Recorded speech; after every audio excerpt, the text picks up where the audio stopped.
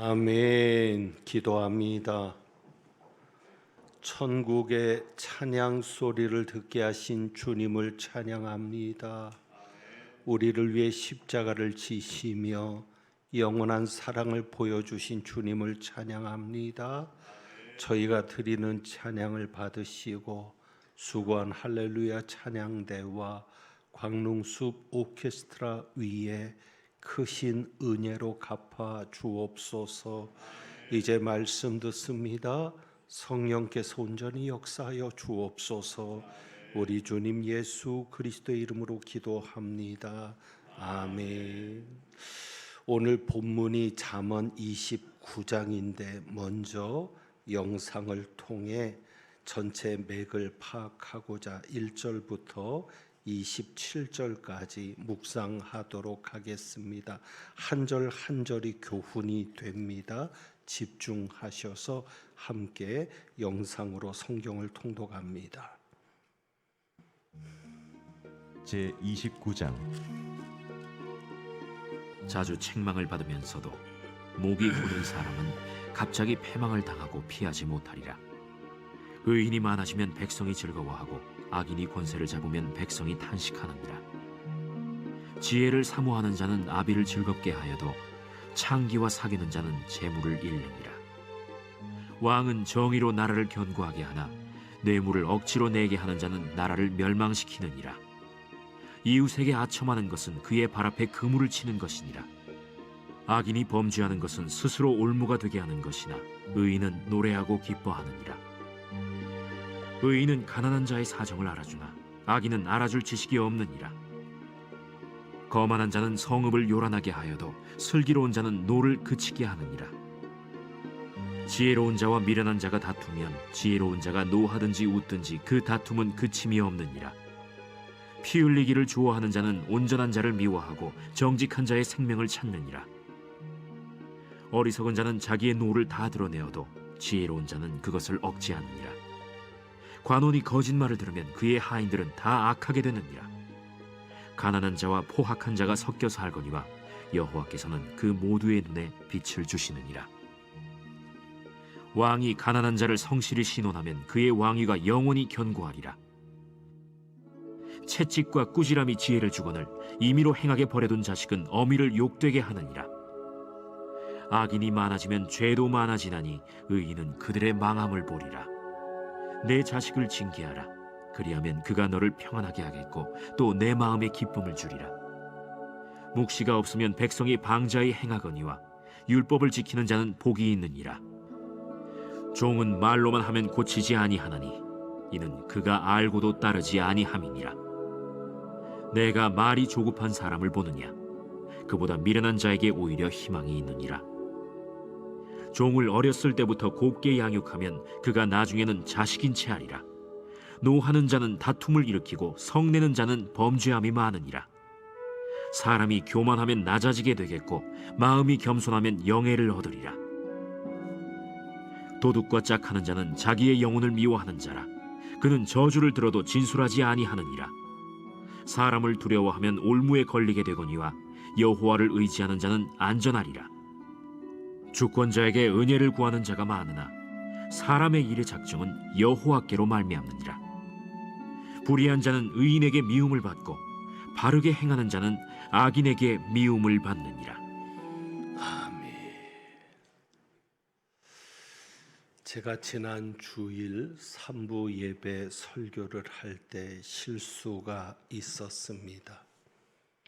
1부와 2부 때는 잘했습니다. 그런데 3부 때에 실수했습니다. 설교를 할 때 가장 중요한 것이 개인적인 감정에 사로잡히면 안 됩니다.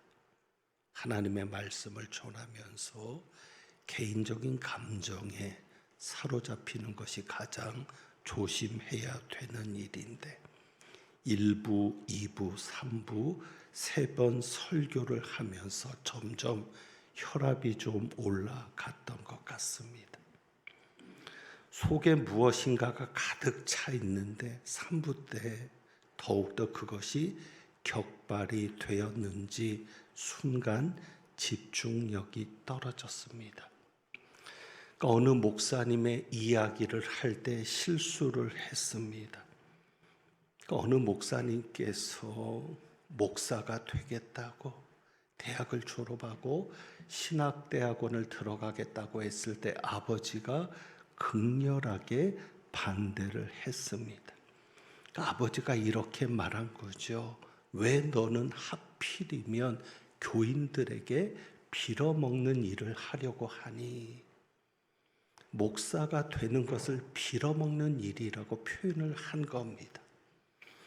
아마도 그 아버님은 평소에 교인들에게 이런 이야기를 들은 것 같습니다. 우리가 목사들을 먹여 살리는 거야. 그러니까 그런 이야기를 평소에 듣다가 아들이 목사가 되려고 하니 이렇게 말한 것이죠. 왜 교인들에게 빌어먹는 일을 하려고 하니? 그런데 제가 3부에 실수를 한 겁니다. 나중에 영상을 다시 보는데 그 부분이 잘못된 거예요. 이렇게 얘기했습니다. 왜 교인들에게 벌어먹는 일을 하려고 하니? 그러니까 빌어먹는 일이라고 하지 않고 벌어먹는 일이라고 표현을 했던 겁니다.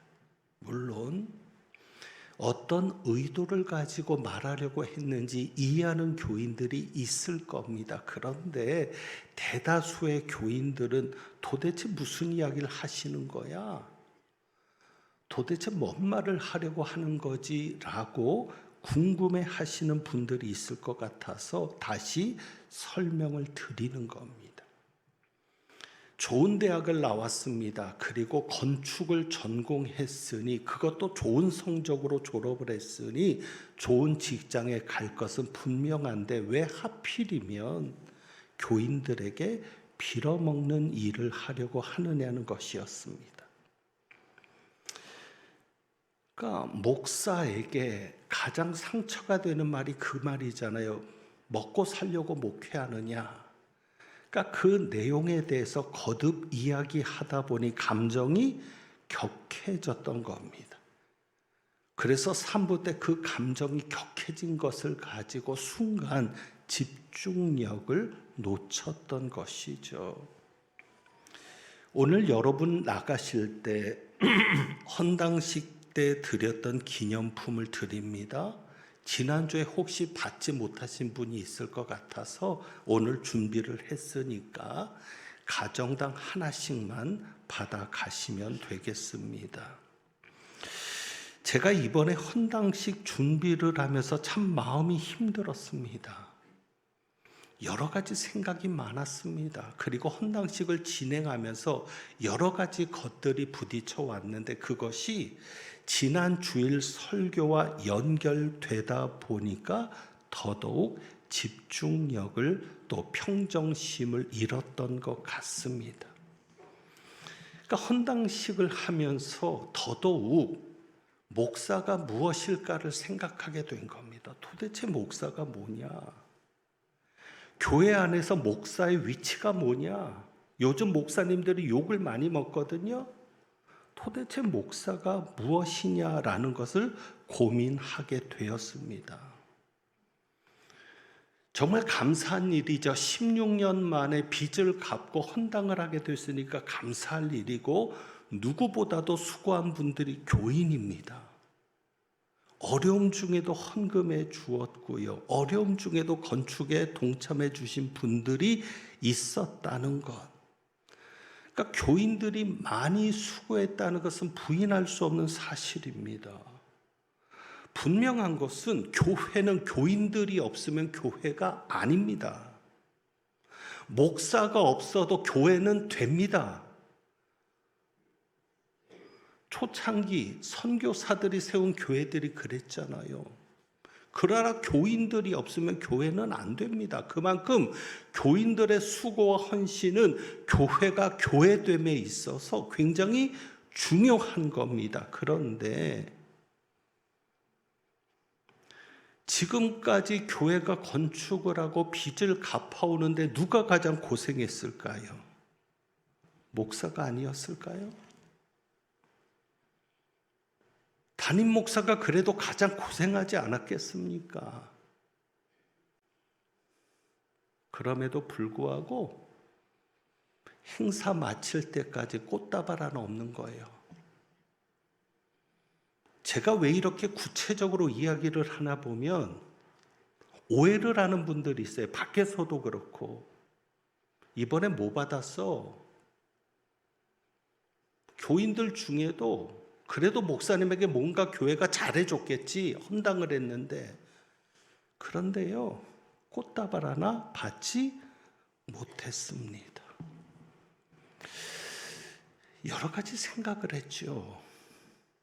바보야, 미리 얘기를 하지.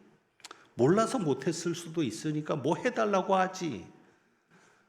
근데 어떻게 얘기를 해요? 성격상 그러지도 못하고. 그럼 가만히 있어야 되는데 답답한 거거든요. 그러면서 이런 생각을 하죠. 어쩌면 교회가 목사의 수고는 당연히 여기는 것 아닌가. 왜요?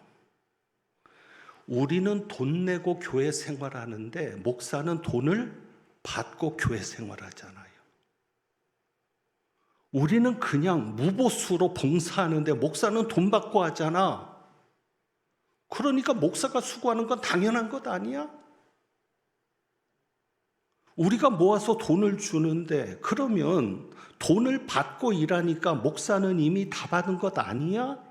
혹시나 이렇게 생각하는 분들이 있지 않을까? 참으로 복잡한 생각이 이어지다가 지난주일 설교까지 가게 된 것이죠.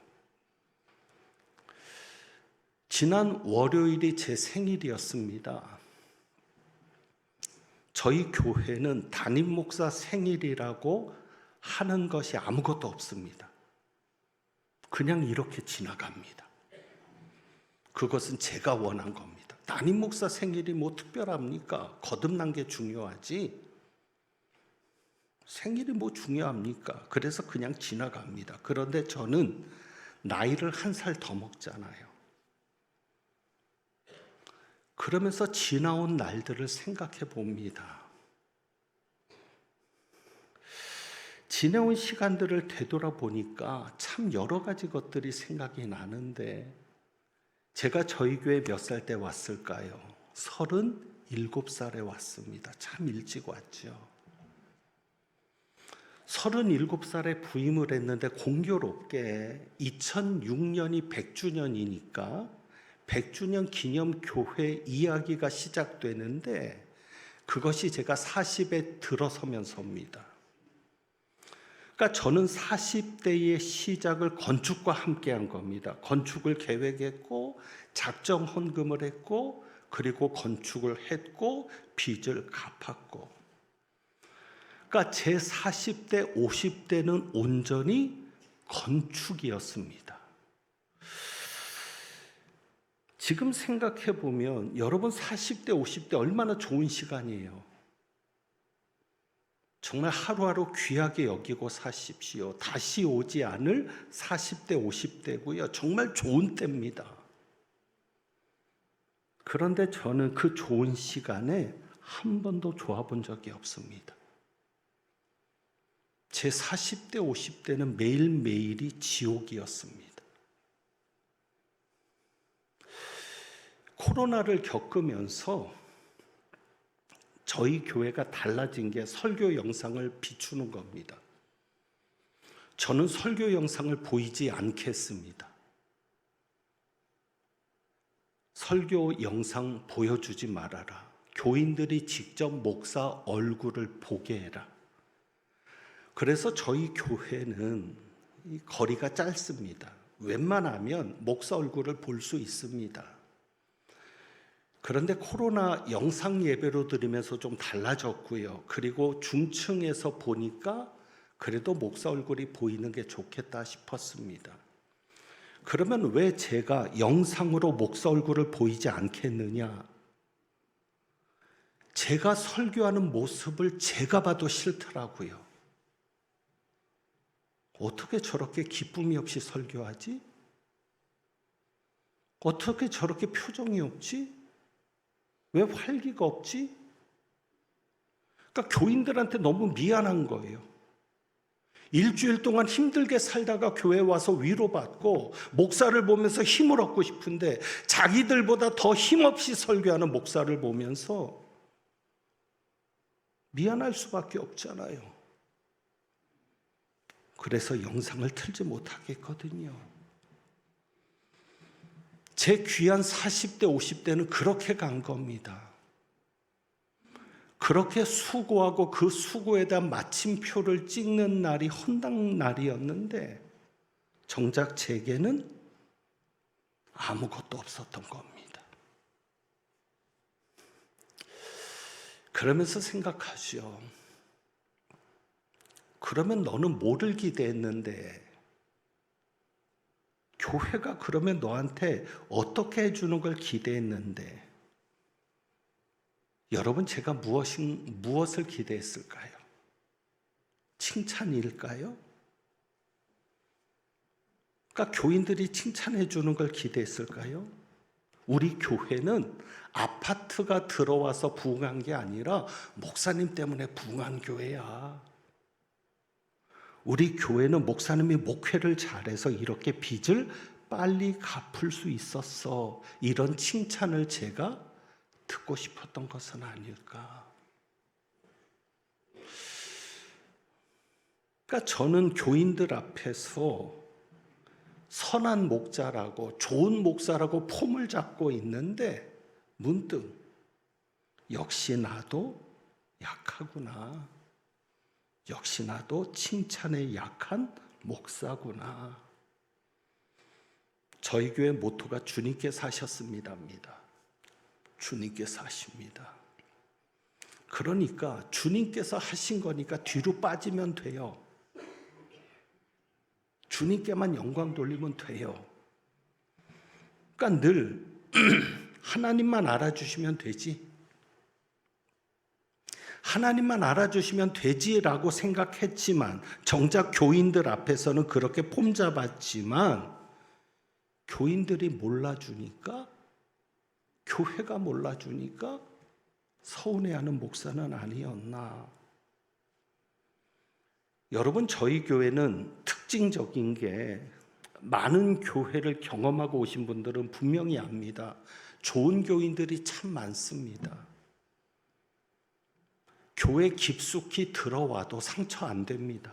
좋은 교인들이 워낙 많아서. 그리고 저희 교회는 자발적인 헌신으로 여기까지 온 교회입니다. 강제적인 게 없습니다. 우리 광릉숲 오케스트라도 만들려고 만든 게 아니고 그냥 자발적으로 헌신한 분들이 헌신해서 일부 예배 영상을 오늘 여러분 보시면 오남선교회가 찬양을 했습니다. 너무 감사했어요. 왜? 안 모이는 남선교회였거든요. 그런데 오늘 가득히 찬양하는 걸 보니까 너무 감사하더라고요. 그게 만들려고 해서 만드는 게 아니라 그냥 자발적으로 헌신하는 분들이 헌신해 주니까 되는 교회입니다. 할렐루야도 마찬가지고요. 그래서 제가 헌신하는 분들을 위해서 한마디 합니다. 헌신하는 분들이 참고해야 될 중요한 이야기가 있습니다. 자발적으로 헌신하는 분들이 새겨야 될 중요한 이야기 이겁니다. 우리 교회는 칭찬에 약한 교회입니다. 칭찬을 기대하고 일하시면 시험에 듭니다. 저희 교회는 어떤 교회예요? 칭찬에 약한 교회. 잘할 때는 이야기하지 않아요. 못할 때는 여지없이 이야기하죠. 칭찬에 약한 교회입니다. 지난 2월 28일 날 교사 수련회가 있었습니다. 제가 그래서 그 밤에 교사 수련회 장소에 가서 교사들에게 인사를 하고 이런 기도 제목을 부탁했습니다. 저는 제가 교회에서 가장 안타깝게 감동적으로 보는 분들이 교사입니다. 교사들 보면 가슴이 울컥합니다. 왜요? 힘들거든요. 교회 일들이 다 힘들지만 교사만큼은 생명을 맡는 일이기 때문에 정말 힘들거든요. 드러나지도 않아요. 자기네 부서실에서만 있으니까 교인들도 몰라줘요. 어떻게 수고하는지를. 그러니까 정말 힘든 분들이 교사거든요.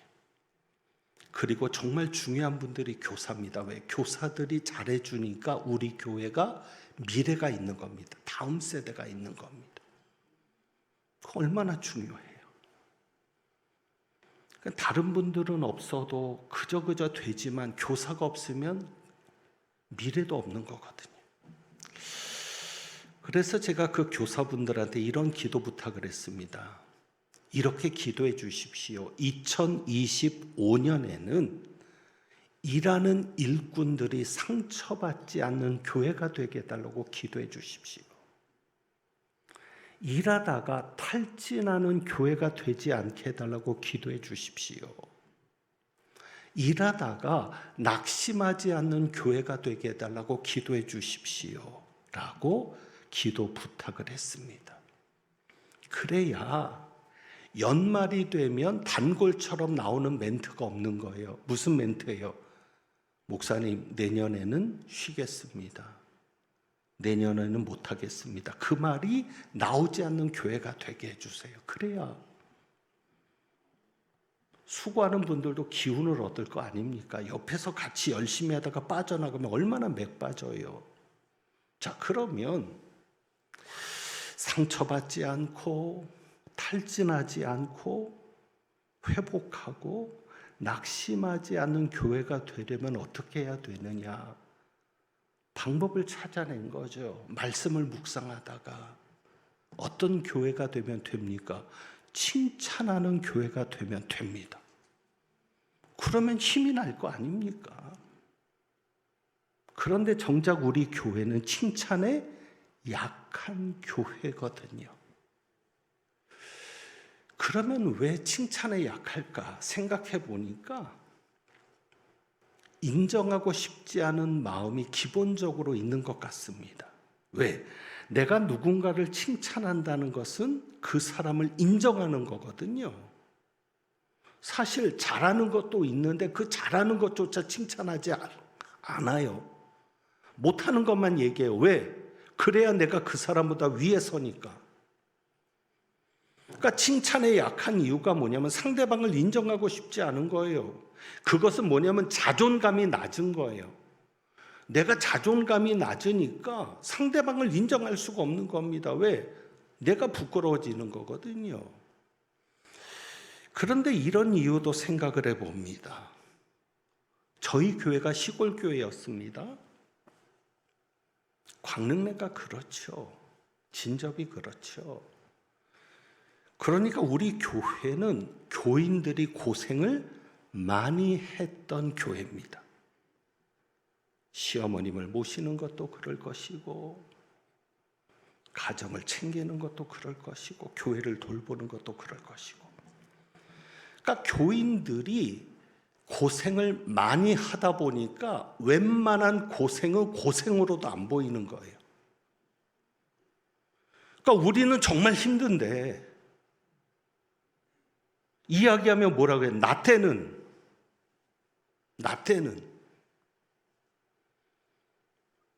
그러니까 워낙 힘들게 교회 일을 했고 힘들게 하니까 자기도 고생을 많이 하며 왔으니까 다른 사람이 고생하는 것을 봐도 당연하다고 생각했던 것은 아닐까. 근데 문제는 자기도 칭찬받아 본 적이 없는 거예요.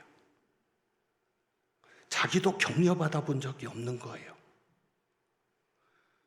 정말 힘들게 그렇게 살고 있는데 자기도 칭찬받고 격려받아 본 적이 없으니까 만약에 그런 경험이 있다면 이럴 때 일꾼들이 일하다가 지쳤을 때 이렇게 칭찬하고 이렇게 격려하면 다시 힘을 내서 일할 것인데 그것을 자기도 경험해 보질 못했으니까 말하지를 못하는 것이죠.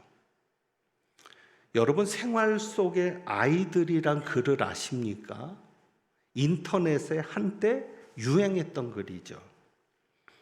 그 중에 이런 내용이 있습니다. 격려받으며 자란 아이 자신감을 갖게 되고, 칭찬 들으며 자란 아이 감사할 줄 알게 된다. 부모로부터 격려를 받고 칭찬을 받으며 자랐으면 괜찮은데 자기도 그런 경험이 없는 거예요, 삶 속에서. 그러니까 다른 사람을 칭찬하고 격려하는 방법을 몰랐는 것은 아니었나. 그런데 오늘 본문에 보니까 또 한 가지 이유를 발견하게 됩니다. 결론적으로 말씀드리면 이렇습니다. 악한 자들이기 때문에 칭찬하지 못하는 겁니다. 여러분, 악한 자들은 칭찬하지 않습니다. 8절 한번 볼까요? 8절. 거만한 자는 성읍을 요란하게 하여도, 거만한 자가 있으면 성이 요란해진답니다. 왜? 다툼이 많이 생기는 거죠. 교회 안에도 누가 있으면, 거만한 자가 있으면. 그런데 이 거만한 자가 이전 성경에는 모만한 자로 되어 있었습니다. 모만.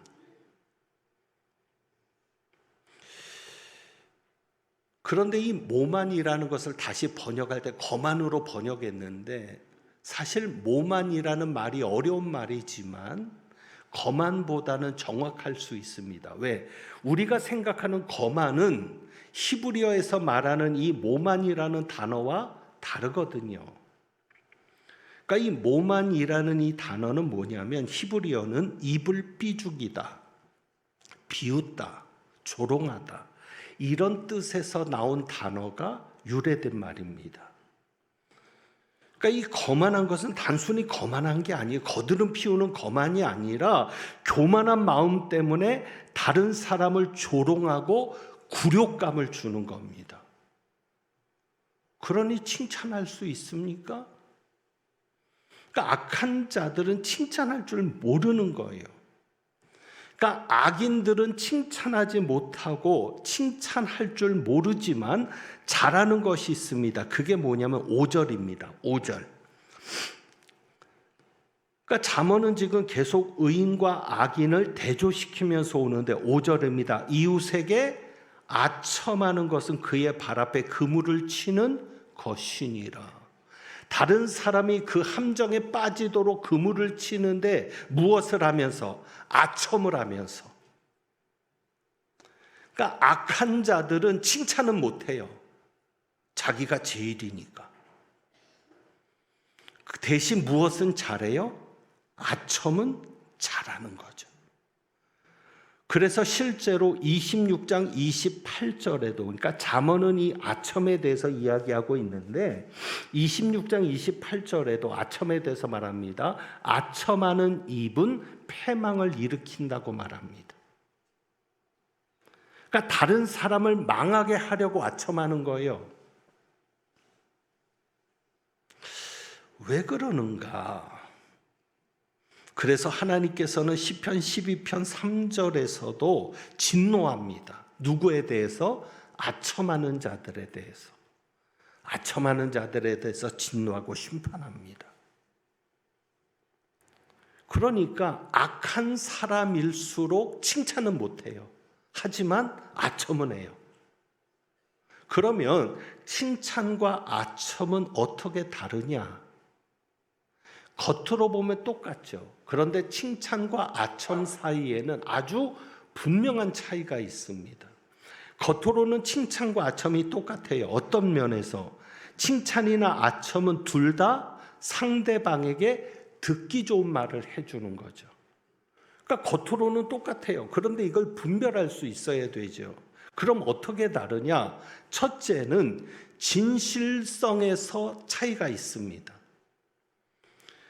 그러니까 칭찬은 다른 사람을 격려하는 거잖아요. 다른 사람의 장점이나 다른 사람의 노력을 인정하면서 격려하는 말인데, 칭찬에는 무엇이 담겨 있어요? 진심에서 우러나오는 말을 하죠. 그게 칭찬. 그런데 아첨은 거짓이 있어요. 진심만이 아니에요. 거짓이죠. 왜? 상대가 듣기 좋은 말을 꾸며내는 겁니다. 어느 때는 엄청나게 미화를 합니다. 그렇게까지 칭찬할 게 아닌데 엄청나게 미화를 하고 없는 사실도 꾸며내면서 상대가 듣기 좋은 말을 하는 겁니다. 그러니까 칭찬과 아첨의 차이에는 참과 거짓이 있다. 진실의 차이가 있다. 또 한 가지는 목적의 차이가 있습니다. 칭찬은 남을 위한 목적으로 합니다. 그렇죠? 내가 칭찬을 함으로써 상대방을 어떻게 격려하고 내가 그 칭찬을 통해서 상대방에게 긍정적인 영향력을 주기 위해서 칭찬을 하는 겁니다. 그런데 아첨은 목적이 납니다. 내가 상대방의 기분을 맞춰주고 상대방의 기분을 좋게 해서 결국은 누구를 위해서? 나를 위해서, 내 이익을 위해서 무엇인가를 만들려고 하는 게 아첨이거든요. 그러니까 칭찬과 아첨의 차이는 목적의 차이입니다. 남을 위한 목적으로 하면 칭찬, 나를 위한 목적으로 하면 아첨. 그래서 이런 말도 있어요. 칭찬은 가슴으로부터 나오지만 아첨은 입술로부터 나올 뿐이다. 그리고 칭찬은 모든 사람이 환영하지만 아첨은 모든 사람이 비난한다라고 말을 합니다. 이번에 봉헌식을 하면서 제 자신을 참 돌아보게 되었죠. 그런데 분명한 것은 여러분, 칭찬받는 것을 싫어하는 사람이 있을까요? 없습니다. 칭찬하세요. 남편은 아내를 칭찬하고 아내는 남편을 칭찬해주고 칭찬 많이 하세요. 하지만 아첨하는 사람은 되지 마십시오. 칭찬과 아첨을 분별할 수 있어야 합니다. 그래서 누군가는 이렇게 말합니다. 너를 공격하는 적을 두려워하지 말아라. 내게 아첨하는 친구를 두려워하라. 우리 교회는 칭찬하는 이들이 많아지기를 원합니다. 칭찬하는 교회가 되기를 원합니다. 그러기 위해서는 의인들이 많아져야 합니다. 2절 말씀 볼까요? 2절 말씀. 의인이 많아지면 누가 즐거워하고? 백성이 즐거워하고. 의인이 많아지면 백성이 즐거워한다. 의인은 칭찬하는 사람이거든요. 그래서 여러분 7절 말씀 볼까요? 7절. 의인은 가난한 자의 사정을 알아주나 악인은 알아줄 지식이 없느니라. 의인은 다른 사람의 사정을 알아줘요. 지혜 있는 사람은, 슬기로운 사람은, 착한 사람은 다른 사람의 사정을 알아줘요. 그러니까 다른 사람을 즐겁게 하는 거죠. 기쁨이 있게 하는 거죠. 그래서 8절입니다. 거만한 자는 성읍을 요란하게 하여도 미련한 자가 있으면 항상 다툼이 있거든요. 그런데 슬기로운 자는 어떻게 하느니라? 노를 그치게 하느니라. 그러니까 문제가 발생했을 때 교회 안에 문제가 있을 수 있잖아요. 사람들이 모인 곳인데 갈등이 없을 수 없잖아요. 그런데 그렇게 문제와 갈등이 있을 때 의인이, 지혜로운 자가, 착한 사람이 들어가면 어떻게 돼요? 노를 그치게 하죠. 분노를 가라앉게 하는 거예요. 문제를 해결하는 거예요. 하지만 악한 자, 미련한 자는 들어가면 다툼을 일으키죠. 그리고 성을 요란하게 만들죠.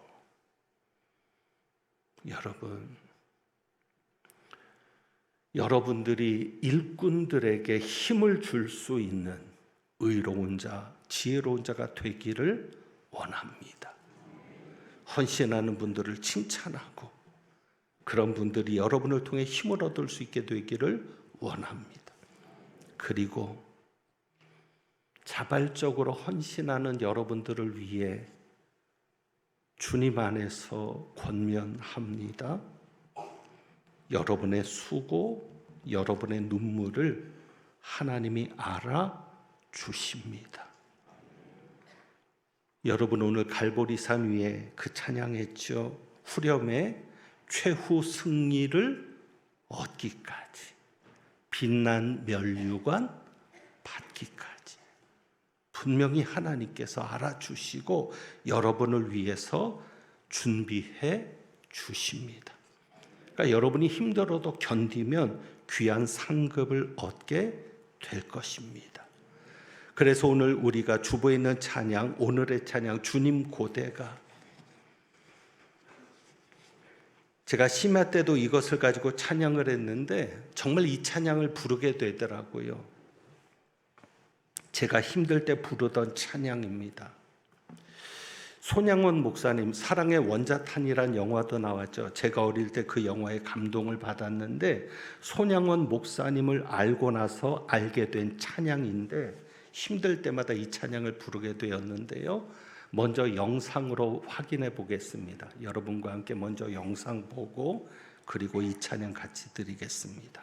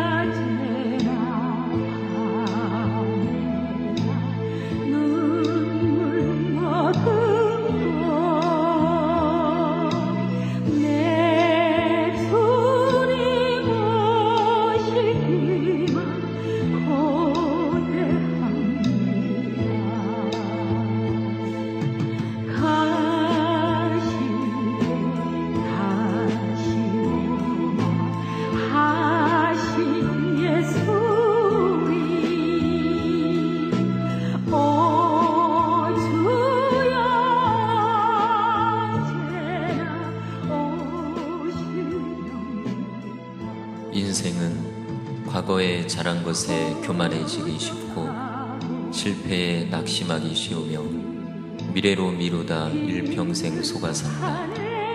오늘만이 내 날이요 주님 만날 준비 생활도 오늘뿐이다. 어디서 무엇 가지고 무엇하다 주님 만날 것인가. 범죄치 말라.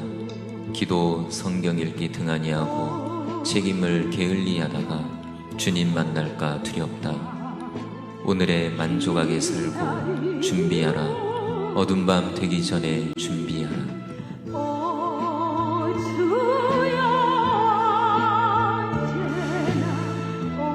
손양원 목사님 가족을 통해서 전해지는 이야기 중에 하나가 있습니다. 두 아들을 죽인 사람을 양자로 삼았는데 가장 힘든 것이 식사 시간이었다고 합니다.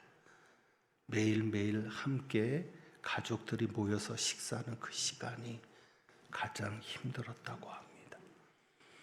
우리 소 목사님 이렇게 주님을 기다리며 천국 신앙으로 하나님께서 갚아주시는 걸 기대하고 살았는데 우리 한번 이 찬양 같이 드리겠습니다.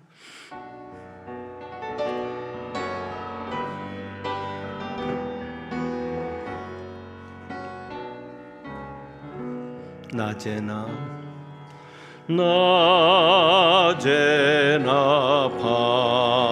밤에나 눈물 머금고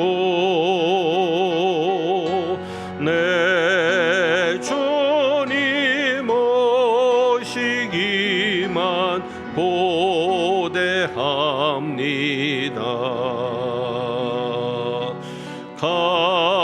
가실 때 다시 오마 하신 예수님, 오 주여 언제나 오시렵니. 먼 하늘 이상한 구름만 떠도 먼 하늘 이상한 구름만 떠도 행여나 내 주님 오시는가 해. 머리 들고 멀리 멀리 바라보는 마음, 오 주여 언제나 오시렵니까. 내 주님 자비한 내 주님 자비한 손을 붙잡고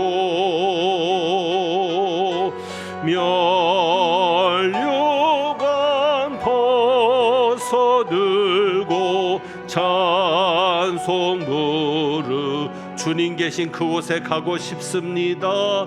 주님 계신 그곳에 가고 싶어요. 오 주여 언제나 오시렵니.